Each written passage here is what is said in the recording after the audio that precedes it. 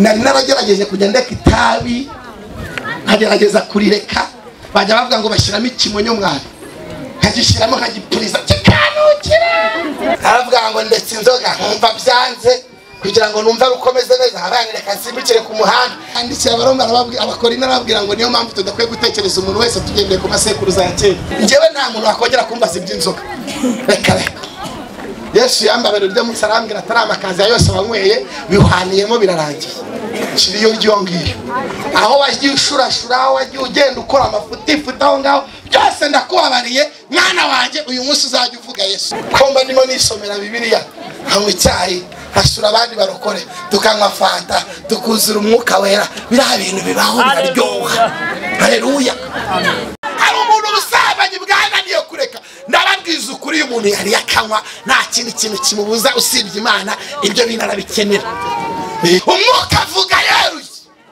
ko basize hagati yanyu ari amasega arya mwatangiye kubaka ari amazu ndeba hariya yazakoresha ameze neza kuriya bongera hagaruka abantu bacuragura n'ababandwa n'abaterekera bongera bagaruka turange twakiriye Nyiramariza arakijijwe haleluya uburoza arabutaye twakiriye Hakizimana arakijijwe hanyuma ijuru ryose ngo umunezero ukahuzuye Maria yariko nyina Maria ukayakuraho ubwo bigasigara ari mozayo Jean de la Croix cyangwa se Yohana w'umusaraba ndi umugabo rero mfite umudamu n'abana babiri sengera i Kigali i Nyarugenge ariko ntuye ku Ruyenzi Yesu nashimwe ndi umukristo rero ujya mu ijuru nyuma y'uko Kristo angiriye neza akamvana kure kandi kure suko hari kure y'isi ahubwo hari ahantu mu byaha byinshi cyane Yesu ashimwe haleluya haleluya yamvanye mu byaha ashima ko umugabo nanjye nzajya nzavuga Kristo haleluya reka dusomere ijambo ry'Imana turasoma mu rwandiko rwa kabiri Paulo yandikiye abakorino cyangwa itorero ry'Ikorino turasoma ibice 5 umurongo wa 16 tuze kugeza kuri 19 urwandiko rwa kabiri Paulo yandikiye abakorino ibice 5 umurongo wa 16 kugeza kuri 19 ku bantu duhuje Bibiliya ni page 183 183 bisezerano rishya aravuze ngo nicyo gituma uhereye none tutagira uwo dutekereza dukurikije amasekuruza n'ubwo ariko twatekerezaga Kristo ariko none tukimutekereza dutyo umuntu wese yari muri Kristo ababaye icyaremwe gishya ibya kera biba bishize dore byose babihindutse bishya ariko ibyo byose bituruka ku Mana yiyunze natwe ku bwa Kristo ikaduha umurimo wo kuyunga n'abandi kuko muri Kristo ari mu Imana yiyungiye n'abari mu isi n'iyabo ikibabaraho ibicumuro byabo kandi noneho yatubikije ijambo ry'umwuzuro ariko Paulo yanditse Abefeso ibice ni 2 turasoma umurongo wa mbere tugeze kwa 5 twihuse haravuze ngo namwe yarabazuye mwebwe abari bapfuye muzize ibicumuro n'ibyaha byanyu ibyo mwagenderagamo kera mukurikiza imigenzo y'iyi si mugakurikiza umwami utegeka ikirere ari we mwo gukorera mu batumvira kandi natwe twese twahoze muri bo dukurikiza ibyo kamere yacu yifuza tugakora ibyo kamere n'imitima byacu byishakira kandi ku bwa kavukire yacu twarabo kugirirwa umujinya nk'abandi bose ariko Imana kuko ari umutunzi w'imbabazi yaduhinduranye bazima na Kristo kubw'urukundo rwinshi yadukunze ubwo twari dupfuye tuzize ibicumuro byacu ubuntu nibwo bwabakije amen Yesu nashimwe haleluya nifuje ko rero tuza kuganira kuba icyaremwe gishya icyaremwe gishya mu ijambo ry'Imana bavuga n'iki ko umuntu atongera kuvuka bwa kabiri ngo yongera agaruka ari uruhinja yongera azi niyo mpamvu hari umwigisha amategeko w'umuhanga cyane bitaga Nikodemu mu busanzwe ngo mu bantu bari abafarisayo ngo yari inyangamugayo yari umuntu uzi kwitwararika neza agakurikiza amategeko n'imigenzo uko byari byarategetswe n'Imana umunsi umwe ngo yakundaga Yesu ariko akajyaza n'ijoro Yesu ashimwe cyane yakundaga Yesu ariko kubera ko cyaziraga iwabo kujya mu bapantekote ku manywa akajyaza n'ijoro ntabwo byigeze kujya bimbaho nkajya numva nkunze Imana ariko nkunda nabyeyi nagendaga akantu vote samano ka Bibiliya ahangaha nkafite hano mu mufuka, hanyuma ariko nkanakunda nabyeyi. Nkajya nza rero mu gitondo munini ibature, ariko ku manywa nkajya mu kazi, nimugoroba nkajya mu kabari. Numva nari meze nka Nikodemo, najyaga njya kumureba nijoro. Hanyuma rero kugira ngo nihishe abandi bantu bataza kumbona, nagiye ku manywa mu rusengero mu bapantekote, kandi tubanye mu kabari, nkacunga mu gitondo muri nibature, kubera ko atari bw'umuntu abona abantu bavuga nti ariko Yesu uramukunda, reka ninyabye bataza kumbona ari ku manywa. Hanyuma nkajya rero nkasenga, nataha nkaza kongera nimugoroba nkasubira mu kazi n'abandi bantu batazi ko njyewe njya no mu rusengero, kandi nari nzi ibintu byo mu rusengero ariko nanakabyeri ngakunda. Uwo mwigisha rero ngo yazaga gushaka Yesu nimugoroba, akambwira ati ariko mbwira ibintu birirwa ubwira abantu, twebwe abafarisayo kuhaza biratwangira, iyo tuje baravuga ngo kujya mu bapere ntabwo ari byiza, urabona hari ibintu byinshi bigo, tubwire ibintu ujya uvuga bimeze gute. Hanyuma ngo Yesu aramusobanurira, amubwira ibintu byinshi, amuganiriza iby'ubwami bw'Imana, arangije aravuga ariko dore ikintu kimwe cyagushobokera cyonyine kugira ngo wizere kuzajya mu ijuru ni iki ngiki. Aramubwira ngo ndakubwiza ukuri nutavuka ubwa kabiri ntabwo uzaraga ubwami bw'Imana. Nikodemo aravuga ati jyewe umuntu w'umugabo mvuka ubwa kabiri gute, subira mu nda ya mama se nkongera nkagaruka. Yesu aramubwira ati si ibyo, ndakubwiza ukuri nutabyarwa n'amazi n'umwuka ntabwo bishoboka ko wajya mu ijuru. Hanyuma ngo ninabyarwa n'amazi n'umwuka, kandi Yesu yarabanze kumuseka, avuga ati wowe umuntu nkawe ukaba umwigisha w'Abisirayeli, ukabahagarara imbere y'abantu ukababwira ngo urababwiriza, mubabwira ubutumwa bwiza, ngo ubabwira ijambo ry'Imana, ukaba utazi kuvuka ubwa kabiri icyo ari cyo. Yesu aravuga ngo nutabyarwa n'amazi n'umwuka ntabwo bishoboka kuzabona ubwami bw'Imana. Yesu ashimwe cyane, haleluya. Hanyuma rero ni imvugo izimije ariko yoroshye no kumva. Hari ibintu kubyarwa n'amazi, ubundi umuntu wabyawe n'amazi, amazi agereranya ibintu byinshi, ariko hari n'amazi pira asanzwe babatirizamo abantu. Buriya rero uriya mubatizo nta kindi ugaragaza, Bibiliya irabisobanura neza, ugaragaza gupfana na Kristo no kuzukana na Kristo. Ni igishushanyo yuko dupfanye na Kristo kandi tukazukana nawe. Niyo mpamvu bibasaba ko ari amazi agomba kugenda, umuntu akagenda kwinjiramo neza, nta bintu byo guca ku ruhande byo hejuru. Ugomba kwidubikama hasi ukagaragaza ko wapfanye ukanazukana na Kristo. Dore ikintu kibigaragaza muri Yohana 3:32 aravuga ngo Yesu nubwo ari kumwe n'abigishwa be ngo ari kubatiriza kuri Yorodani, kuko Yohana amaze kuza Yesu yatangiye kubatiriza kuri Yorodani. Umukuru yaraje uruta Yohana. Yohana rero avuze ngo uzaza nyuma yanjye nibikwiye ko napfundura ngushubitwe inkweto ze. Umukuru yaraje rero niwe wabatirizaga muri Yorodani. Muri Yorodani ni ikigeni, umugezi munini, byasabwa ko abantu babinjizamo bakabakura. Hanyuma ngo Yohana ageze asanga Yesu arahari, ngo wahita ajya muri Ayinoni, hejuru muri Ayinoni abari wajya kubatiriza kubera ko ariho hari amazi menshi. Nuko principe ivuga no kubatizwa mu mazi menshi. Yesu ashimwe, haleluya. Hari ijambo Pawulo yandikiye Timoteyo aravuga ngo umwuka avuga yeruye. Umwuka avuga yeruye. Ngo kubera ko mu minsi y'imperuka hazabiza abigisha b'ibinyoma n'abandi bantu bose bihimbariza kugira ngo bavuge ibindi bintu bigoramye, bakabuza abantu gukora ibintu runaka n'ibindi runaka. Umwuka avuga yeruye. Muri Ayinoni kuko ariho hari amazi menshi, ntabwo yarananiwe kuvoma aho hafi aho Yesu ari, kubera ko yamutanze muri Yorodani ngo avome ashyire hakurya, abantu ajya basuka ku gahanga cyangwa bashyire ku maboko cyangwa hehe bagenda. Byagombaga kubajyana muri Ayinoni, ahandi hantu ari bubona babibizamo akabakuramo, kuko umubatizo ushushanya gupfana na Kristo no kuzukana nawe. Niko Pawulo yabyandikiye Abefeso, nta kindi kintu gihindura umubatizo. Niyo mpamvu Yesu yamubwiye ngo utabyawe n'amazi n'umwuka ntushobora kubona ubwami bw'Imana. Umuntu wese utazagera ikirenge mu cyanjye yatanze inshingano avanga abantu bose, mugende mujye mu mahanga yose, abazemera muzagira gute? Mu izina ry'Imana Data n'iry'Umwana n'iry'Umwuka wera. Tugomba kugira uwo mugabane wose. Umwuka rero ni iki? Mujya mwumva ibintu. Haleluya, amen. Umwuka rero, umwuka wera. Yesu ashimwe. Umwuka wera ni Imana mu bantu. Mureba ahantu twasomye, ubundi uko hari umwuka wera habaho n'umwuka mubi. uba mu bapfumu uba mu biki nuba no mu bantu bose bakora ibyaha. Icyo gihe murumva icyo gihe nari mfite buri mwuka mubi wankoreragamo watumaga naza mu nzu y'Imana. No kuvuga ngo buri nimugoroba naravuga nti ndarara mwe nibura nka za mitsingi nka zingahe kungu kurabona nsigaye ka cyayi nkarya hano habaga harimo za mitsingi. Si byose umwuka wakorera mu batumvira rero arakubwira ati jya mu kabari ujye kwinywera hanyuma nimurangiza kandi umuntu nakuvuga nabi mu rwane.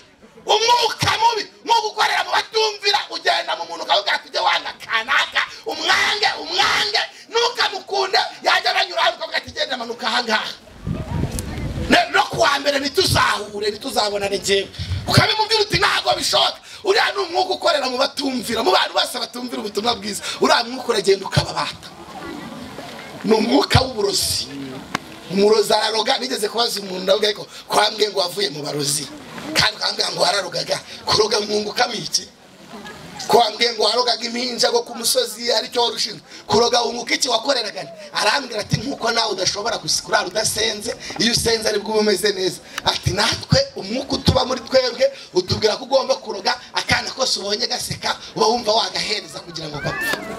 Uwo ni umwuka ukorera mu baki. Umwuka ukorera mu batumvira utuma umugabo aratimbagura umugore kandi ntago ariko Bibiliya bivuga.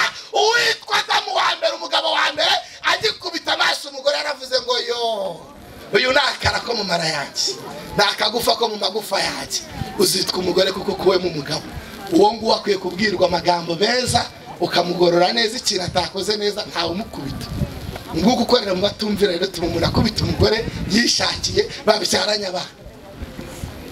No mwuka ukorera mu baki batumvira. Niyo mpamvu Pawulo avuze ngo namwe yarabasuye mwebwe abari bapfuye muzize ibyaha n'ibicumuro byabo ibyo mwagenderaga amakera mugikurikiza umwami utajya ku kirere ari wo mwuka ukorera mu batumvira. Kandi uwo mwuka nta wundi ni uwa Satani nyine. Aravuga ngo ariko noneho nguretse n'ibyo ngibyo no kubyakavukiranye ntago mwari abo kugirirwa imbabazi ahubwo twari abo kugirirwa umujinya nk'abandi bose. Urumva twebwe twari abo kugirirwa imbabazi nk'abandi bose nako twari kugirirwa umujinya nk'abandi bose no kubwakavuki. Muzi ko basogokuruza bacu baraguzaga baterekeraga babandwaga. Murabizi ko ariho twatukomotse murabizi neza bigaruke sina mwatangiye kubaka ari amazu ndeba hariya yazakoresha ameze neza kuriya bongera hagaruka abantu bacuragura n'ababandwa n'abaterekera bongera bagaruka. Ni bagaruka ku musozi bivuga ariko bagaruka abo bantu namwe yarabazuye nyamara abari bapfuye muzize ibyaha n'ibicumuro byanyu. Kandi dore uyu munsi Imana yaje uwandikiye Abaheburayo yaravuze ngo uyu munsi niwumva ijwi ryayo niwinangira umutima. Kandi mujya mumenya ko inzira ijya mu ijuru Imana ihamagara uko ishaka. Ntabwo inzira ijya mu ijuru ntabwo ari igiterane ntabwo ari ahantu abantu bose bahuruduka ngo bagende. Yesu yari arimo agenda arangije arabitegereza arababwira ati ngende dore ikintu cyanzanye ubundi nuko mutabimenye naje gutanga umukazana na nyirabukwe naje gutanga umwana na nyina kandi ntabwo ari ukubatanya ngo bazirane cyangwa bangane ahubwo nuko yirobera mu mugabo ati kwino wakira agakiza undi agasigara yinywera inzoga undi agasigara ari kuvuga ngo mu ijuru ni heza. Abo bantu babiri imyumvire bitandukanye nyamara ni abavandimwe amaraso namwe kandi baba mu nzu imwe ariko ibyo batekereza n'ibyo bakora biratandukanye. Reka mbabwire nimugire ngo Imana ntabwo izafata abantu bayo bakijijwe ngo ibajyane mu ijuru ariho bajya kuba uyu munsi. Bagomba kurindira igihe. Yesu muri Yohana 17 ari gusenga yaravuze ngo Mana ndabizi ko ahangaha ari mu isi abisi bararanga nta nubwo bakora nk'iby'abisi ariko noneho ubarindire ahangaha agana kugendera byango mbasize mumeze nk'amasega aryana muri hagati y'amasega aryana niko mbasize hagati yanyu ari amasega aryana. Pawulo yandikiye Abaroma aravuga ngo ab'Imana yamenye kera. Haleluya. Yabatoranyije kera gushushanywa n'ishusho y'umwana wayo kugira ngo abifura muri bene se benshi. Kandi ngo aba ngabo yatoranyije yarabahamagaye ngo abahamagaye yarabatsindishiriza abo yatsindishirije yabahaye ubwiza. Haleluya haleluya. Kandi si ubwiza busanzwe kubera ko umuntu yimakiye isize neza yambaye imyenda myiza oya n'ubwiza bwo kubw'Imana. Ahangaha tuwagirira amahoro muri Kristo Yesu. Umugabo akagenda akinywera amazi ukanywa icyayi ukanywa ka fanta ukumva tujura amahoro. Aho wagiraga icyaka na za byeri na mitsingi ugashyira ku ruhande. Umuntu wagiragira ry'ubusambanyi akumva adahaza akajya ibyo bintu bikagenda bigacwekera. Ndavuga ati negereje umugore wanjye ni urbagije kandi none wabura umugabo akavuga ati negereje umugabo wanjye Imana izamumera. Ibyo bindi byose ugashyira ku ruhande. ahantu hose habaga ingeso mbi ugashyira ku ruhande. Haleluya, haleluya. Pawulo yandikiye Abaroma Abakorinto arababwira ngo niyo mpamvu tudakwiye gutekereza umuntu wese tugendeye ku masekuruza ya kera, kuko na Yesu niko bamutekereza. Muzi ko Yesu yaje abantu baravuga ngo uraza si mwene Mariya nana na Yosefu arirwa tubwira iki, uriya si ibintu byose ko ari bavuga, uriya soko kanaka arirwa avuga iki, turamuzi nareke kutubeshura n'umubaji, uriya n'umubaji. Niko Pawulo yavuze ngo bamutekererezaga bashingiye ku masekuru y'umubiri kubera kudahumuka. Aravuga ngo ariko uhereye none ndababwiza ukuri, iyo uri muri Kristo Yesu ubihindutse cyari mu gishya. Aravuga ngo dore rwose ibya kera biba bishize kandi ngo dore byose biba bihindutse bishya. Haleluya. Umunsi nibuka nanezereho wa mbere ni umunsi nakiriye agakiza, ndavuga nti ndakakiriye. Nari naragerageje kujya ndeka itabi, nkagerageza kurireka, bajya bavuga ngo bashyiramo ikimonyo mwari, nkagishiramo nkagipuriza kikanukira. Nkagibara imizi mfite iseseme, ariko agaseseme nkavuga nti kashira, nkavuga ngo wagasigara weza mu gitondo kamwe nkareba. Ikimonyo nticyari inkuraho, ibintu byinshi ndagerageza. Hari n'umuti ngo batumaga i Butare, ndawutuma nawe ntibyavamo, biranga neza. Aravuga ngo ndetse inzoga nkumva byanze, kugira ngo numva rukomeze neza nkabana reka nsimbukire ku muhanda, najyayo nkagenda nkagorobereza. Kandi ubwo wanyweye inzoga n'ibindi byose agira gute? N'ibindi byose agira ate? N'ibindi byose agira ate? Nta kintu na kimwe usiga. Twari tuzi kuririmbira inzoga, tukazivugira amazina, tukazicezereza neza. Kandi ukumva ngo kugira ngo ube wabaye umugabo nuko wicaranye n'abandi bagabo ari uko banyweye agacupa. Ubu murabona ndi umugore se? Oya, ubu ngiye murabona noroheje. Ubu murabona nari umugabo usobanutse. Ubu ninde muntu wanyweye icupa wasuzugura ngo nuko nanyweye icyayi cyangwa nanyweye fa? Murabona nari umugabo umeze neza. Haleluya, haleluya, haleluya. Ariko Kristo ngo kuko ari umutunzi w'imbabazi, areba icyo kigabo kirimo kigaragura muri ibyo bintu, aracyitegereza, aravuga turabeshya nzagufata. Abimana yamenye kera, nukuri umwana hari umuntu Imana yamenye kera. Haleluya, haleluya.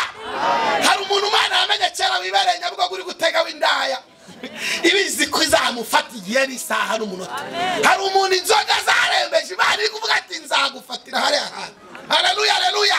Hari umuntu ubusambanyi bwananiye kureka, ndababwiza ukuri umuntu yari yakanywa nta kindi kintu kimubuza usibye Imana, ibyo bintu arabikenera. Kandi aranabikora kubera ko afite umwuga ukorera mu batumva ugendera muri bo. Umubwate rukanka budeshya ari harahepfo. Hanyuma rero abagabo bo bagenda bomboka nijoro bucece, ukazajya kumva akana barakazanye ngo yarabyaye ku ruhande. Kandi ubwo ntago wavuga uri umugore kuko uvuze ahita avuga ati okay, akaguhisha n'imigeri nawe nyine kubera ko nakundi ukagira gutega umurimo no cyangwa ukarya ubugoro akaba ari urangiriza aho ngagahinga. Ikira kuki. Ariko muri Kristo Yesu. Abagore banje ahantu aravuga ati ndamuzi, kigabo cyanjye kirimo kiravuga ubutumwa. Amen, amen. Kandi nandi ryarashize. Ntabwo se wamera. Mumbwira ahantu wamera. Turi buhurire ku nzoga. Ntabwo ndi bujye guceza, ngo none ndi kuvuga ndi guceza hano haruguru. Uri bunkure. Urumva umugore wa rubanda yankura. Abo bakobwa se bakura ibyinyo babishikuzamo abagabo bankura he? Komba ndimo nisomera Bibiliya, hamwe icyayi, hasura abandi barokore, tukanywa fanta, tukuzura umwuka wera, biriya bintu bibaho biraryoha. Haleluya. Ngwino ngukize zirashoreke ujyamo, ngwino. Yesu kandi araza akaganirira n'umutima wawe akabikumvise. Hanyuma yuje ahita avuga ati jewe icyo gihe mu ijuru bahita bakora igitaramo nkuko mureba hano. Iyo umuntu mwakijijwe akakira Kristo mu ijuru igitaramo uwo mwese kuri sente mujyaho, kuri gitari mujyaho, ahantu hose mucurange. Twakiriye Nyiramariza arakijijwe. Haleluya. Uburozi arabutaye, twakiriye Hakizimana arakijijwe. Hanyuma ijuru ryose ngo umunezero ukahuzura. Haleluya, haleluya. imirimo n'ibitangaza ibera mu gakiza ntago abantu babikinisha. Uwandikiye Abaheburayo yaravuze ngo uyu munsi ni wumva ijwi ryawe ntugira gute ntiwinangire umutima. Kandi twese twumvishijwe, twumvisha umutima tuganiriza. Bakubita ku busambanyi ukumva ni wowe, bakubita ku bujuru ukumva wibutse ko uzi ko burya na biriya bintu abantu bakora mu nkono hari umwuga ukorera mu batumvira watangiye kubakoreramo, agacunga abandi bagiye akagenda akabayibya urujumba agahita yihisha akigira gutya nk'utamubonye, kandi akabirya abandi bakaza kwicwa n'iki n'inzara. Buriya umwihorera agakomeza kuri birangira n'ubundi yibye n'amafaranga n'ibindi no mu ngo z'abandi akahiba. Aba bana mureba bari kugenda babananira, erega mushatse mwakizwa muri Yesu niho hari agakiza. Aba bana mureba bari kunanirana, bari kunywa amatabi, aba bakobwa bari kwambara bakageza ahangaha basigaye bambara nk'ubusa. Aba bana mwumvisha babaye ibirari, izo mogi zaje n'ahandi hana abantu bazikirira ni muri Kristo. Niba utanabihaza basigirira girira umubabara abana bawe uzabyara. Kuko isi y'abana bawe badafite ikindi kintu kibakingira cyitwa agakiza babatoje, bakura bakubabaza ibihe byose. Ukazarinda usaza ubabaye, abana bawe aribo bahora za gereza, abana bawe aribo babaye abasinzi ruharwa, aribo biba mbega bakuvugiriza induru. Uyu munsi ni wumva ijwi ryawe ntiwinangire. Kandi iyo umuntu ari muri Kristo Yesu ababaye iki? Njyewe nta muntu wakongera kumbaza iby'inzoga. Reka reka Yesu yambabera urya munsi arambwira atari amakazi yose wanyweye bihaniyemo birarangiye. Shiriyo ryongiye aho wagiye ushurashura, aho wagiye ugenda ukora amafuti aho ngaho byose ndakubabariye mwana wanjye. Uyu munsi uzajya uvuga Yesu. Haleluya, haleluya, haleluya, haleluya. Yesu nashimwe. Nezezwa no kuvuga Imana, kandi nezezwa n'ubwo bubatanakiza. Nta kintu wankangisha iyo uvuze mitsingi mba numva ibyo uvuze. Shirimo uvuga bya wenda za suruduwiri nizo naze ngo zaje ejo bundi. Cyasize uko bumeze ariko ibyo byose bigeranya na zawe iganda waragenda arazinyweye nyinshi. Igaranya n'amarikera akomeye narayanyweye. Kuko sinamaga ibintu byoroheje ariko byose ndabizi. Iyo uvuga ibyo ndabyumva. Iyo uvuze gusambana manumva icyo uvuga. Gusa murumva ari ikintu cy'igitangaza wabumbwiye. Banumva ibyo uvuga. Imyaka mfite sibwo murumva nazi ibyo ari byo. Ntago ari ibintu rero byankurura bagenda ndarekata kintu kiryohe. Nuko Kristo ari muri Yesu rashimwe cyane. Kandi genda so. Iyo umuntu ari muri Kristo Yesu ababaye icyaremwe. Yohana yaravuze ngo icyakora bamwemeye bose. Ndagira ngo mbabwire ibintu mwumva. Icyakora bamwemeye bose bakizera izina rye. Yabahaye ubushobozi bwo kuba abana b'Imana. Abo ni babyawe n'ubushake bw'umugore cyangwa umugabo. Atatsiyo.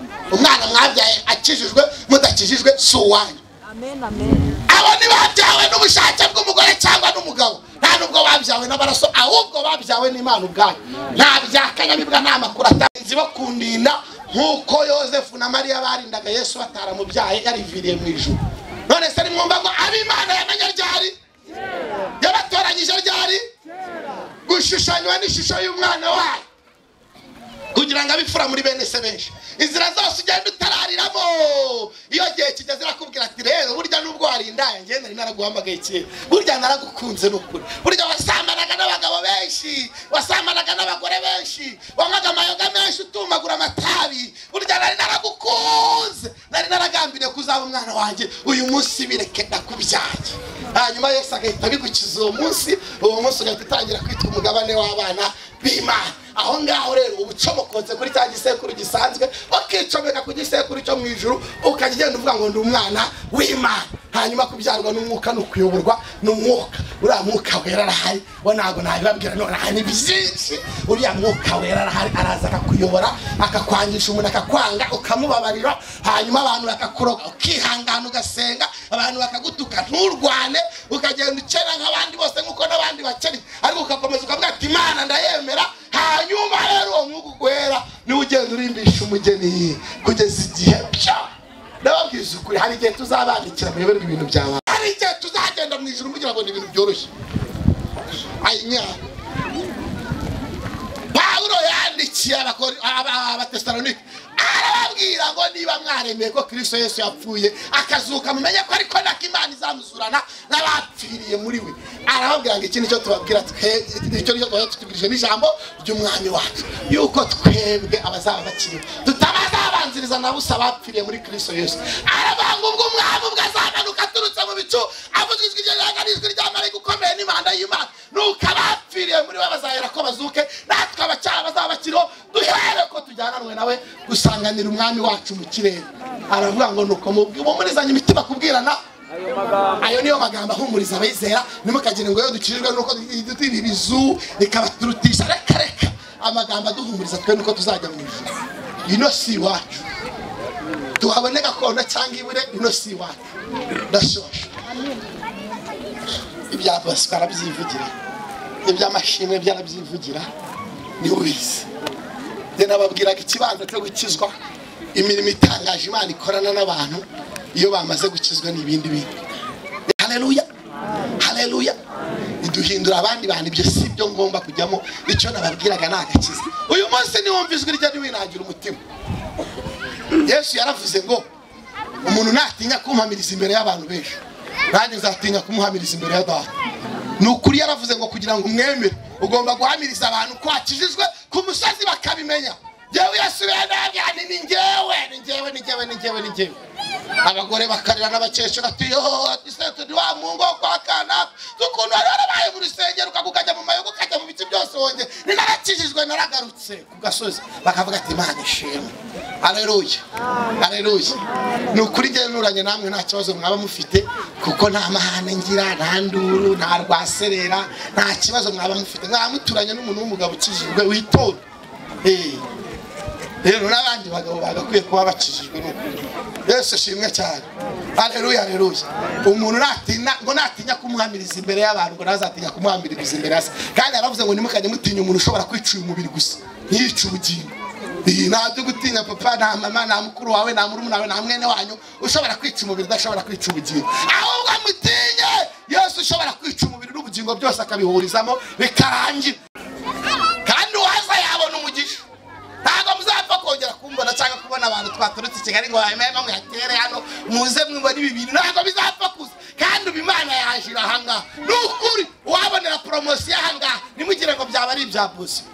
Yaba ari Imana yagambire kwifatira umuntu. Niba hari aze dukizwe tujyane mu ijuru, niba atanana hari icyo nziki arabasigaye ikibazo, ariko niba hari agire gutya murenge ntawe murahari mushaka gukizwa.